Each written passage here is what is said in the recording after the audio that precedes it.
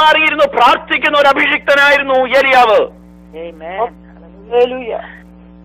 പെട്ടെന്ന് ആർക്കും രാജാവിന്റെ മുമ്പിൽ പ്രത്യക്ഷപ്പെട്ട് ദൂത് പറയുവാനായിട്ട് പറ്റത്തില്ല. നമുക്കറിയാം, ഒരു രാജ്യം ഭരിക്കുന്ന രാജാവെന്ന് പറഞ്ഞാൽ ആ കാലഘട്ടങ്ങളിൽ ചോദ്യവും പറച്ചിലും ഒന്നുമില്ല. ഒരുവനെ കൊല്ലണമെങ്കിൽ ഒറ്റ വാക്ക് പറഞ്ഞാൽ മതി, രാജകിങ്കരന്മാര്, അവന്റെ ഭടന്മാര് ഉടൻ തന്നെ കൊണ്ടുപോയി കൊന്നുകളയും. രാജാവ് ചെയ്യുന്ന പ്രവൃത്തിയെ ചോദ്യം ചെയ്യാനായിട്ട് ആ രാജ്യത്താർക്കും കഴിയത്തില്ല. അപ്പൊ രാജാവിന്റെ തീരുമാനം ഏകപക്ഷീയമാ. തന്റെ സ്വാർത്ഥതയും തന്റെ ഏകാധിപത്യ ഭരണവും അവിടെ നടക്കുന്നത്. അപ്പോൾ അതേ ഹല്ലേലൂയ സ്തോത്രം. അപ്പോൾ ഒരിക്കലും അനുകൂലമായ ഒരു ദൂത് പറയുവാനല്ല ഏലിയാവ് ചെന്നത്. ഏലിയാവ് ചെന്നത് രാജാവാന. Praise the Lord. അതെങ്ങനെ സംഭവിച്ചു നാം മനസ്സിലാക്കണം. ഏലിയാവ് വളരെ നാളുകളായി ദൈവശബ്ദം കേട്ട് ദൈവം ഒതുക്കി ഒരിടത്ത് വെച്ചിരിക്കുകയായിരുന്നു ഏലിയാവിനെ. ഏലിയാവിന് ആ സമയത്ത് തോന്നിക്കാണും, എന്തിനാ ഞാൻ മാത്രം ഇവിടെ ഇരുന്ന് പ്രാർത്ഥിക്കുന്നത്, ഇങ്ങനെ പ്രാർത്ഥിക്കുന്നതിന്റെ ഗുണമെന്താ എന്നൊക്കെ ചിന്തിച്ചു കാണും. പക്ഷെങ്കിൽ ദൈവം അവനെ ഇരുത്തി പ്രാർത്ഥിപ്പിച്ചു. ദൈവവുമായി സംസാരിക്കാൻ തുടങ്ങി, ദൈവം അവനോട് ഇടപെടാൻ തുടങ്ങി, ദൈവം അവനെ ശക്തീകരിക്കാൻ തുടങ്ങി. അവന്റെ അഭിഷേകം വർദ്ധിച്ചു, അവന്റെ മേൽ ശക്തി വർദ്ധിച്ചു. അവന് അത് പ്രത്യേക തലങ്ങളിലേക്ക് ദൈവത്തിന് അതേ മഹത്വം ഇറങ്ങി. ദൈവ മഹത്വം വെളിപ്പെടുത്തുവാൻ ആഗ്രഹിക്കുന്ന പാത്രമായി മാറിക്കഴിഞ്ഞപ്പോൾ ദൈവം അവനെ ശക്തമായി എഴുന്നേൽപ്പിച്ചു. അവനോട് ദൈവം ഇടപെടാൻ തുടങ്ങി, ദൂത് കൊടുത്തു. അവന് കിട്ടിയ ദൂതെന്ന് പറയുന്നത് ദൈവത്തിനെതിരായി നിൽക്കുന്ന ആഹാബ് രാജാവ് മാത്രമല്ല, രാജ്യം മുഴുവൻ ദൈവത്തിന് വേണ്ടി നിൽക്കുവാൻ പ്രവർത്തിപ്പാനുള്ള നിയോഗമാണ് കിട്ടിയത് എന്ന് പറഞ്ഞാൽ രാജകീയ അഭിഷേകം ഏലിയാവിൽ ഇറങ്ങി. ദൈവത്തിന്റെ ഒരു രാജകീയ അഭിഷേകം ഏലിയാവിൽ ഇറങ്ങിയപ്പോൾ രാജാവിനെ മാത്രമല്ല, പ്രജകളെ മാത്രമല്ല, രാജ്യം മുഴുവൻ കൺട്രോൾ ചെയ്യാൻ ഏലിയാവിന്റെ മേൽ വന്നിരിക്കുന്നത്. അത് ആഹാബിന് അറിയത്തില്ല, ഇത് ആഹാബിന് അറിയത്തില്ല. Praise the Lord. ഇത് ഇസബേലിന് അറിയത്തില്ല, ഇത് അവിടെയുള്ള ഒറ്റ കുഞ്ഞിന് പോലും ഇതറിയത്തില്ല. നമ്മളെ കാണുന്നുണ്ട്, ഇവൻ വന്നിട്ട് എന്താ പറയുന്നെന്ന്. ഇവൻ പറയുകയാണ്, ഏലിയാവ് പറയുന്നത്, ഞാൻ സേവിച്ചു നിൽക്കുന്ന ഇസ്രായേലിന്റെ ദൈവമായ യഹോവയാണ്. അപ്പോൾ താൻ വ്യക്തമായി ആരാണെന്ന് ദൈവവുമായുള്ള ബന്ധം അവിടെ കാണിക്കുന്നത്. ദൈവം ആരാണെന്ന് വ്യക്തമായി താൻ അവിടെ അത് വെളിപ്പെടുത്തുകയാ. എന്തോ വെളിപ്പെടുത്തുന്നത്? ഞാൻ സേവിച്ചു നിൽക്കുന്ന ദൈവം ആണ്. Praise the Lord. ദൈവ സന്നിധിയിൽ മുട്ടുമേലിരുന്ന് ദൈവശബ്ദം കേൾക്കുന്ന ദൈവവൈദ്യരെ, നിനക്കൊരു നിയോഗം തന്നിട്ടുണ്ടെങ്കിൽ ആ നിയോഗത്തെ തടയുവാൻ ലോകത്തോട് ശക്തിക്കും കഴിയത്തില്ല. അധികാരങ്ങൾക്കോ രാജ്യങ്ങൾക്കോ അധികാരങ്ങൾക്കോ ഒരു ശക്തിക്കും നിന്റെ മേലുള്ള നിയോഗത്തെ തടയുവാൻ കഴിയത്തില്ല, അതിനെ ക്വസ്റ്റ്യൻ ചെയ്യുവാൻ കഴിയത്തില്ല. ഞാനും നിങ്ങളും സംശയിക്കുക. നമുക്ക് നിയോഗം തന്നാൽ, ഇപ്പൊ ഒരു നിയോഗം തരിക, രാജാവിനോട് ദൂത് പറയാൻ എതിരായിട്ട് എത്ര പേർക്ക് എന്റെ ഇടമുണ്ട്? Praise the Lord. അവിടെ വരുമ്പോഴാ നമ്മുടെ ജീവൻ രക്ഷപ്പെടണം എന്നുള്ള ചിന്ത വരുന്നത്. എനിക്ക് ജീവിക്കണോ മരിക്കണോ എന്നുള്ള ചിന്ത അന്നേരമാ ഭരിക്കാൻ വരുന്നത്.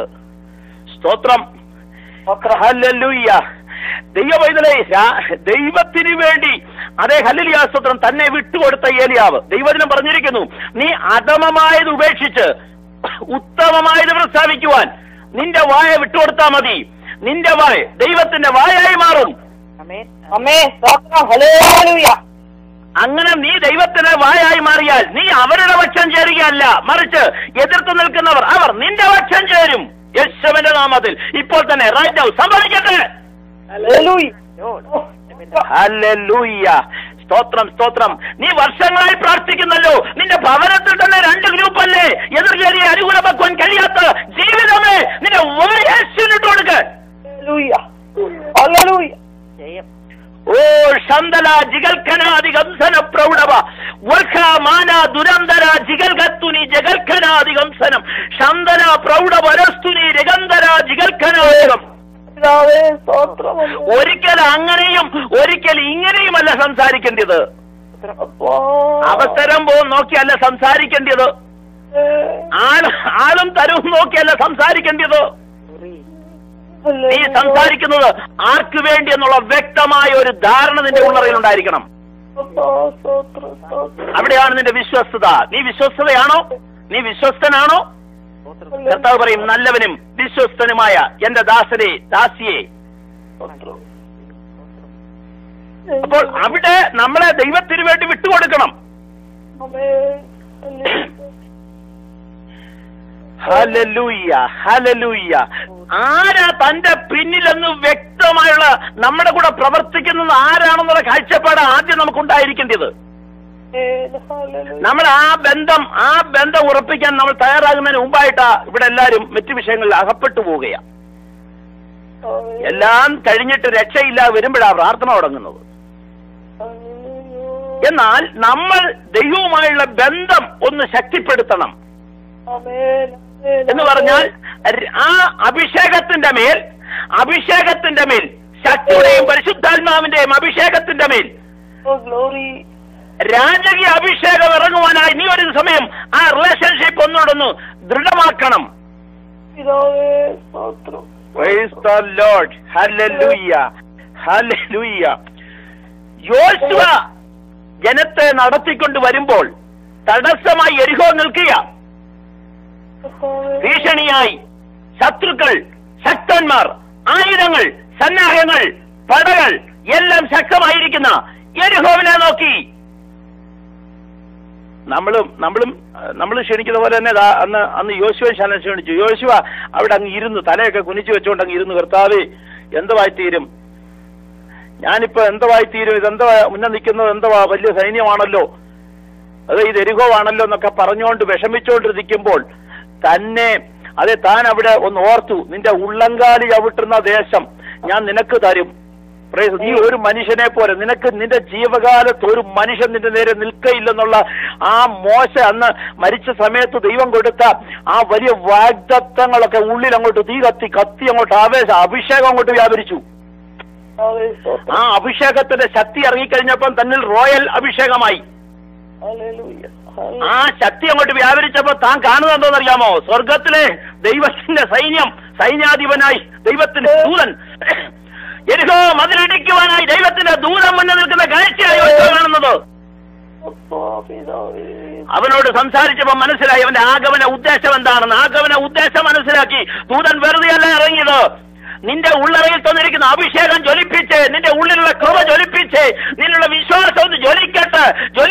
അത് അഭിഷേകം രാജകീയ അഭിഷേകമായി മാറട്ടെ യേശുവിന്റെ നാമത്തിൽ.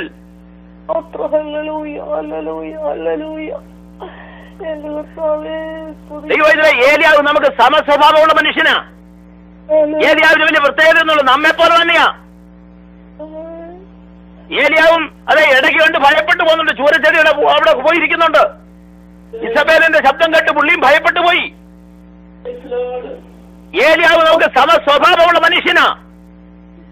എന്നാൽ ഈ സമസ്വഭാവമുള്ള മനുഷ്യൻ മുന്നേ നിൽക്കുന്ന രാജാവായിരിക്കുന്ന ആഹാബിന്റെ മുന്നിൽ വന്നുകൊണ്ട് പറയുകയാണ്, ഞാൻ സേവിച്ചു നിൽക്കുന്ന ഇസ്രായേലിന്റെ ദൈവമായ യഹോവയാണ്, ഞാൻ പറഞ്ഞല്ലാതെ.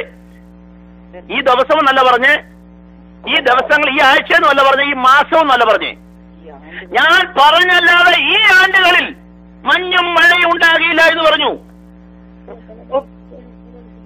1-2 ദിവസമൊക്കെ നമുക്ക് പറയാനായിട്ട് ധൈര്യം കാണും. എന്നാൽ ഈ ആണ്ടുകളിലുള്ള മഞ്ഞെന്ന് പറഞ്ഞ മഴ എന്ന് പറഞ്ഞാൽ ആകാശം അടച്ചു. ചില വർഷങ്ങളിലേക്ക് ആകാശം അടച്ചു. മഞ്ഞ് ഭൂമിയിൽ നിന്ന് മേളിലോട്ട് ഉയരുന്നതാ. അതിനെ അടച്ചു.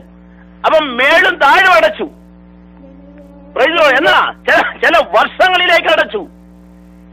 ദൈവവൈദ്യരെ ദൈവത്തോട് അത്രമാത്രം ഇഴുകിച്ചേർന്നിരിക്കുന്ന ദൈവശബ്ദം കേൾക്കുന്ന ഒരു ദൈവവൈദ്യന്റെ മേൽ പകരുന്ന രാജകീയ അഭിഷേകത്തിന്റെ ശക്തി ഇന്ന് പകൽക്കാലം മനസ്സിലാക്കണം. Hallelujah, praise the Lord. കോട്ടകളെ ഇടിക്കുവാൻ തക്കവണ്ണം ദൈവത്തിന് ശക്തിയുള്ള ദൈവത്തിന്റെ വചനം. അതിനായി ഞാൻ ദൈവത്തെ സ്തുതിക്കുന്നു. അപ്പൊ രാജാവിന് മുമ്പിൽ രാജാവിന്റെ ഓർഡറിനെ മറികടന്നുകൊണ്ട് രാജാവായ എന്റെ ഓർഡർ പ്രഖ്യാപിച്ച അഭിഷിക്തനായ ഏലിയാവ് അവരുടെ ഡ്യൂട്ടി കഴിഞ്ഞു.